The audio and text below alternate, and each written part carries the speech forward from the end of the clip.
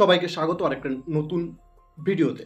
ভিডিওর শুরুতেই আমি তোমাদেরকে একটা ফটো দেখাচ্ছি। এই ফটোতে তোমরা দেখতে পাচ্ছ ইউরোপীয় দেশের মেইন লিডার রয়েছে, যারা প্রেসিডেন্ট, প্রাইম মিনিস্টার, এমনকি অন্যদিকে রয়েছে ইউএস এর বর্তমান প্রেসিডেন্ট মিস্টার ডোনাল্ড ট্রাম্প। তো ডিয়ার ফ্রেন্ডস, এই ফটোটা লাস্ট কয়েক ঘন্টা থেকে ট্রেন্ডিংয়ে চলছে। এই ফটো নিয়ে নানা আলোচনা চলছে, কারণ এই ফটোতে তোমরা দেখতে পাচ্ছ একটা মিটিং করছে ডোনাল্ড ট্রাম্প এই ইউরোপীয় ইউনিয়নের সমেত ইউরোপীয় যে দেশগুলো রয়েছে সেই দেশের লিডারদেরকে নিয়ে।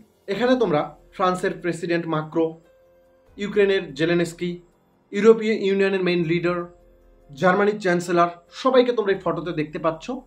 এরা মিটিং করছে ইউক্রেনে কিভাবে শান্তি আনা যায়, ইউক্রেন সাথে রাশিয়ার যুদ্ধটা কিভাবে বন্ধ করা যায় এবং যুদ্ধ বন্ধের পরবর্তী সময়ে কিভাবে ইউক্রেনের শান্তি বজায় রাখা যায় আর যাতে যুদ্ধ না লাগে। এই ধরনের নানা মন্তব্য নিয়ে আলোচনার জন্য এই মিটিংটা ডাকা হয়েছে।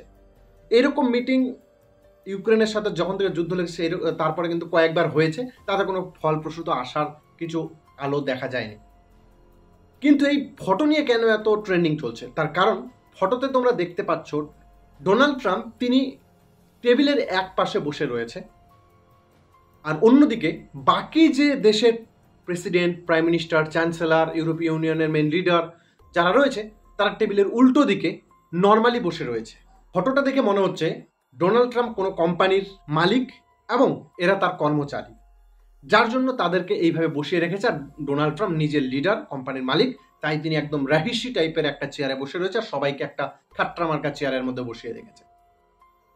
বন্ধুরা, তাই জন্যই এই ফটোটা লাস্ট কয়েক ঘন্টা থেকে ট্রেন্ডিংয়ে রয়েছে।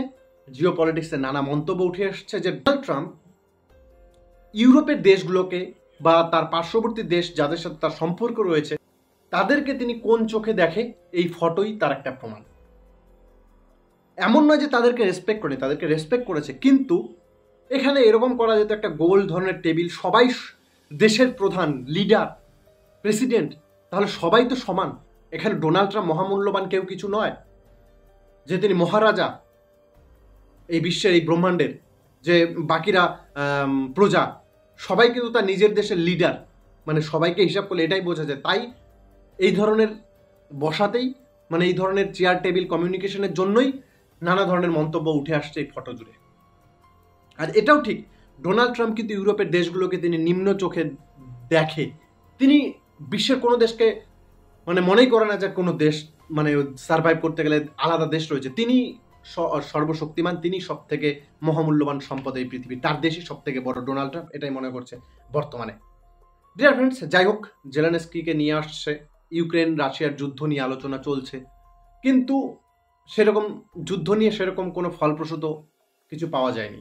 এখানে মিটিং শেষে যেটা উঠে এসেছে, এই ইউরোপীয় ইউনিয়নের দেশগুলা তারা ডোনাল্ড ট্রাম্পকে $90 বিলিয়ন অস্ত্র জন্য অর্ডার দেবে। হ্যাঁ, এতে কিন্তু লাভ হলো কার? ডোনাল্ড ট্রাম্পের মহারাজারই লাভ। কারণ বাকি দেশগুলা যারা রয়েছে তারা সবাই ইউএসএর থেকে $90 বিলিয়ন অস্ত্র কিনবে, আর সেই অস্ত্রগুলো কাজে লাগানো হবে জেলেনস্কির দেশের জন্য, মানে ইউক্রেনের জন্য।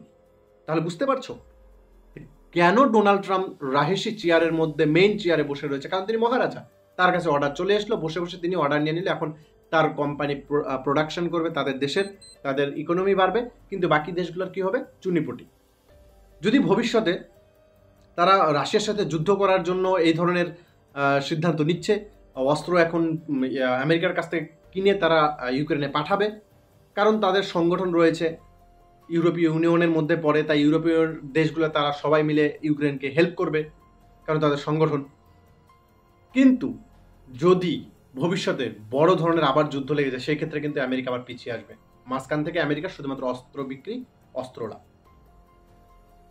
তো বন্ধুরা, এই মিটিংয়ের পরে শুধুমাত্র আমেরিকাই লাভবান হলো, জেলেনস্কির কিচ্ছু হলো না।